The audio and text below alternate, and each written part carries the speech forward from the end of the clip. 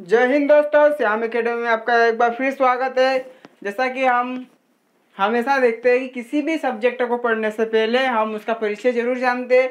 ठीक उसी प्रकार से हम आज श्याम एकेडमी में हिंदी भाषा का परिचय लेकर आए हैं।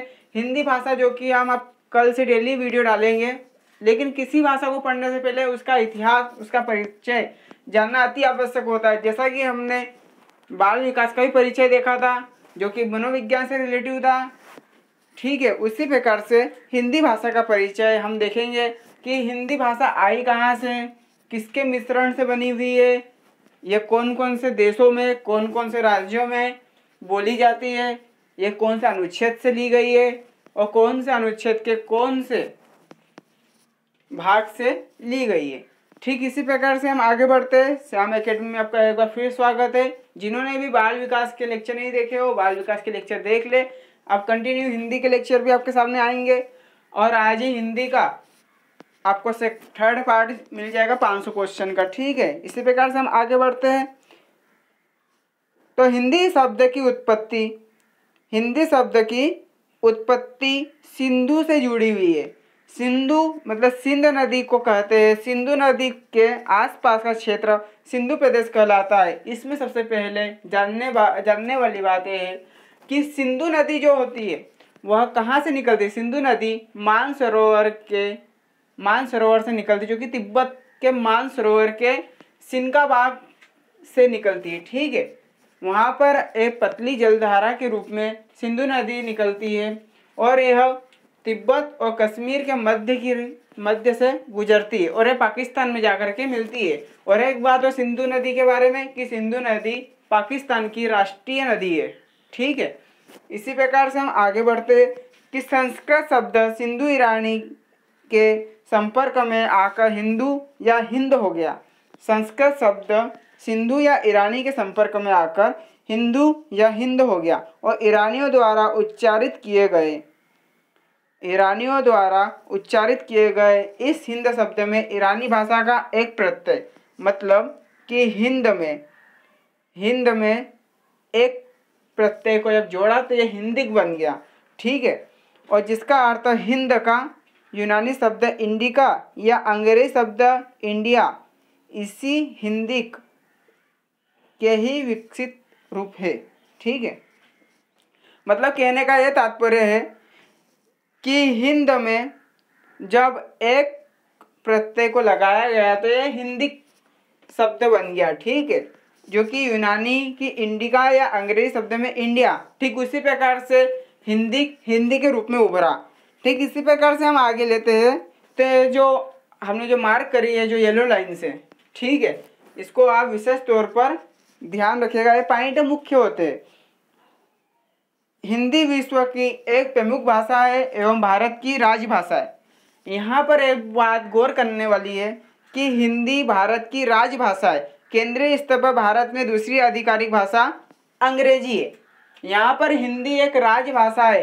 अभी तक हम ये समझते थे कि हिंदी हमारी राष्ट्रीय भाषा है, लेकिन जब भी आए कि हिंदी है राजभाषा, राष्ट्रीय भाषा, ये दोनों या इनमें से कोई नहीं, तो इसमें आप राइट लगाइएगा कि राजभाषा है। राजभाषा वह होती है जो कि राज्यों के तौर पर बोली जाती है, राज्य भाषा। इसको किसी प्रकार से राष्ट्रीय रूप में वर्गीकृत या राष्ट्रीय भाषा नहीं माना गया है। हिंदी को राष्ट्रीय भाषा नहीं माना गया। अनुच्छेद 343(1) यह महत्वपूर्ण चीज़ है कि अनुच्छेद 343(1) हिंदी की गिनती उन भारत के संविधान की 8वीं अनुसूची में शामिल 25 भाषाओं में की जाती है। मतलब जो हिंदी भाषा है वह देश की अन्य भाषा जो 25 भाषा है उनमें की जाती है। कौन से अनुच्छेद से? 343 का पहले भाग से। और कौन सी अनुसूची? 8वीं अनुसूची में। यह बात विशेषपूर्ण ध्यान रखने वाली है, यही इंग्लिश पेडागोजी में भी आती है, सो इसे भी ध्यान रखिएगा।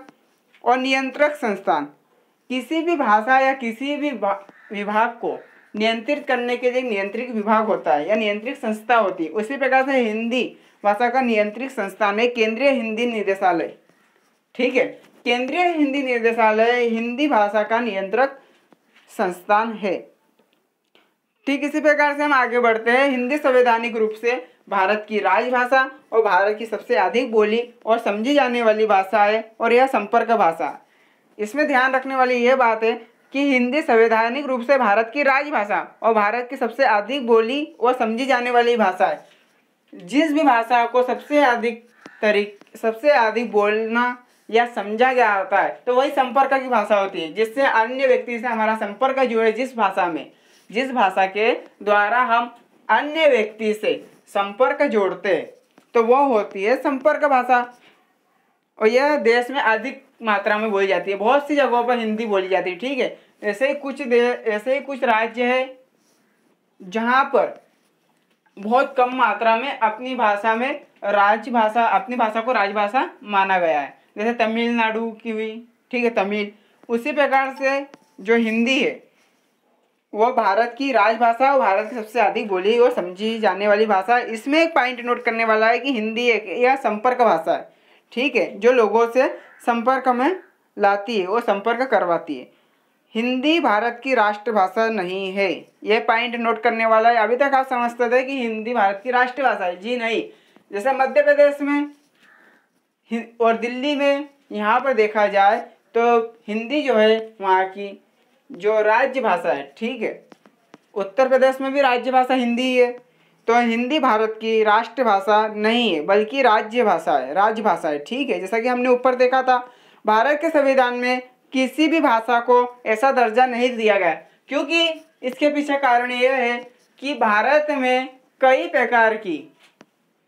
प्रकार की भाषाएं बोली जाती है और भाषाओं में भी अनगिनत बोलियां बोली जाती है। तो बोलियों को तो हम साइड में रख दें, और अगर भाषाओं की बात करें तो हिंदी में बहुत सी भाषाएं बोली जाती है। जैसे कि संविधान में हमने देखा कि 25 भाषाओं को लिया गया है। अगर किसी एक को राष्ट्रीय भाषा बना दिया जाए तो दूसरी भाषा की आपत्ति हो सकती है या दूसरी भाषा के लोग उस पर आपत्ति ले सकते हैं। इसलिए अभी तक राष्ट्रभाषा किसी भी भाषा को नहीं माना गया है। हम जैसे हम हिंदी बोलते हैं, ठीक है, तो हमें इसका परिचय जानना जरूरी है। ऐसा नहीं है कि हिंदी जो विषय पढ़ रहे हैं तो उनके लिए हिंदी का सब कुछ हिंदी पढ़ना जरूरी है।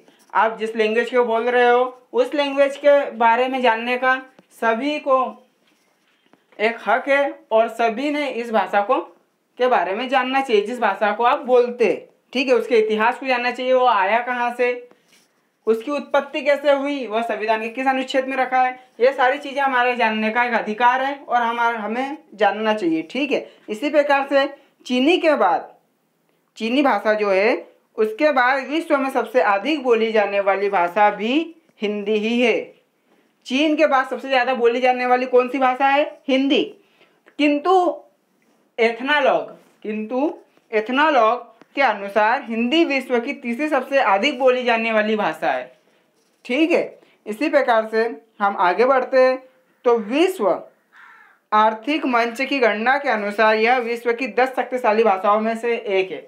हमारी जो हिंदी भाषा है वो विश्व की सबसे शक्तिशाली 10 भाषाओं में से एक है। जैसा कि तीसरी भाषा बोली गई है एथनोलॉग के तौर पर। एथनोलॉग ने कहा था कि हिंदी जो है वो तीसरी भाषा है और चीनी के बाद वाली। तो यहीं से हम देख लेते हैं कि चीनी दूसरी भाषा होगी। भारत और अन्य देशों में भी लोग हिंदी बोलते, पढ़ते और लिखते। भारत और अन्य देशों में भी लोग हिंदी बोलते हैं, पढ़ते हैं और लिखते। कौन कौन से देश में? फिजी में, मॉरिशस में, गयाना में, सूरीनाम में, नेपाल में। संयुक्त अरब अमीरात की जनता भी हिंदी बोलती है। ठीक है, और हम लोग हैं कि इंग्लिश की ओर ज़्यादा अट्रैक्शन ले रहे हैं। लेकिन हिंदी भाषा जब अन्य देशों में भी अच्छे तरीके से बोली जाती है फिर भी हमें हमारे हिंदी बोलने पर कभी कभी शर्म आती है। बात हमारे लिए शर्मिंदा वाली बात है। ठीक है, Fiji, Mauritius, Guyana, Suriname, Nepal, संयुक्त अरब अमीरात की जनता भी हिंदी बोलती है। ठीक इसी प्रकार से अगला पॉइंट मोस्ट इंपॉर्टेंट है कि फरवरी 2019 यह करंट का है। ठीक है, ये जो पॉइंट है यह करंट का है, इसलिए अब इसे अच्छे से नोटिस कर लीजिए, अपनी नोटबुक में इसे नोट कर लीजिए। और जिन्हें भी PDF चाहिए वो टेलीग्राम पर जाकर श्याम एकेडमी डालिए, हमारे चैनल का लोगो देखिए और वहीं से इन सारी वीडियो की PDF आपको वहाँ पर एकदम फ्री प्रोवाइड हो जाएगी। ठीक है। फरवरी 2019 में अबू धाबी में हिंदी को न्यायालय की तीसरी भाषा के रूप में मान्यता मिली। यह भी हमारे लिए गर्व की बात है कि अबू धाबी में हिंदी को न्यायालय की तीसरी भाषा के रूप में मान्यता मिली। इसे विशेष तौर पर याद रखिएगा। हिंदी को देवनागरी लिपि में लिखा जाता है, इसे नागरी नाम से भी पुकारा जाता है। हिंदी को हमेशा देवनागरी रूप में लिखा जाता है। ठीक है, देवनागरी लिपि में लिखा जाता है और इसका अन्य नाम कौन सा है? नागरी। ठीक इसी प्रकार से आगे बढ़ते हैं हम। तो हिंदी भाषा के अन्य नाम कौन कौन से? देसी भाषा, आदि भाषा, हिंदवी भाषा या खड़ी बोली। देसी भाषा, आदि भाषा, हिंदवी भाषा और खड़ी बोली, यह सब हिंदी भाषा के अन्य नाम है। अगर क्वेश्चन आ जाता है कि हिंदी भाषा के अन्य नाम है, या तो फिर ये तीनों नाम दे देगा और एक अलग से अन्य नाम दे देगा, ठीक है, जो कि मैच नहीं करता होगा, या तो फिर तीन अन्य नाम दे देंगे और एक इन चार में से दे देगा। तो ये हमें याद रखना है कि हिंदी भाषा के अन्य नाम देसी भाषा, आदि भाषा, हिंदवी भाषा और खड़ी बोली है। ठीक है, इसी प्रकार से हम आगे बढ़ते हैं। तो हिंदी भाषा का इतिहास लगभग 1000 वर्ष पुराना माना गया है। हिंदी भाषा व साहित्य के जानकार अपभ्रंश की अंतिम अवस्था अवहट्ट से हिंदी का उद्भव स्वीकार करते हैं। जो जानकार हिंदी के जानकार हैं वह अपभ्रंश की अंतिम अवस्था अवहट्ट से हिंदी का उद्भव स्वीकार करते हैं। ठीक है, इसके बाद ये जितने भी येलो में मैंने लिखे हैं, मार्क करे, वो सब IMP है और उसके अतिरिक्त भी जो बताते जा रहा हूँ वो सारी चीज़ों को आपको नोट डाउन करते रहना है और PDF जरूर डाउनलोड कीजिए। हमारे चैनल के टेलीग्राम ग्रुप को वहाँ पर आप ज्वाइन करके कर सकते हैं। तो राष्ट्रपिता महात्मा गांधी ने हिंदी को राष्ट्रभाषा कहा था। उन्होंने 29 मार्च 1918 को इंदौर में 8वें, कहाँ पर और कब? 29 मार्च 1918 को इंदौर में 8वें हिंदी साहित्य सम्मेलन की अध्यक्षता की थी। देखिए, वैसे तो ये इंदौर नाम आया है, तो इंदौर होता है मध्य प्रदेश में, ये आप सभी को पता है। तो MP टेट और MPSI में ये विशेष तौर पर क्वेश्चन आने की संभावना है।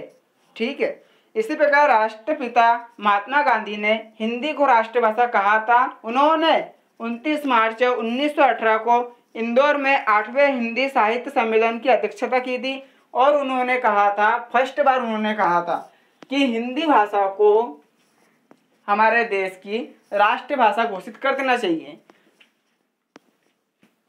ठीक इसी प्रकार से हम आगे लेते हैं, लेकिन अभी तक नहीं की गई है। ठीक है, शिक्षा मंत्रालय के निर्देश पर केंद्रीय हिंदी निर्देशालय द्वारा देवनागरी का मानकीकरण किया जाता है। शिक्षा मंत्रालय के निर्देश पर केंद्रीय हिंदी निर्देशालय द्वारा देवनागरी का मानकीकरण किया जाता है। अब कैसा लगा दोस्तों वीडियो? अगर अच्छा लगा हो तो लाइक, शेयर, सब्सक्राइब कीजिए और एक बात और, जल्दी ग्रुप ज्वाइन कर लीजिए, वहाँ से आपको PDF मिल जाएगी। जय हिंद, जय भारत।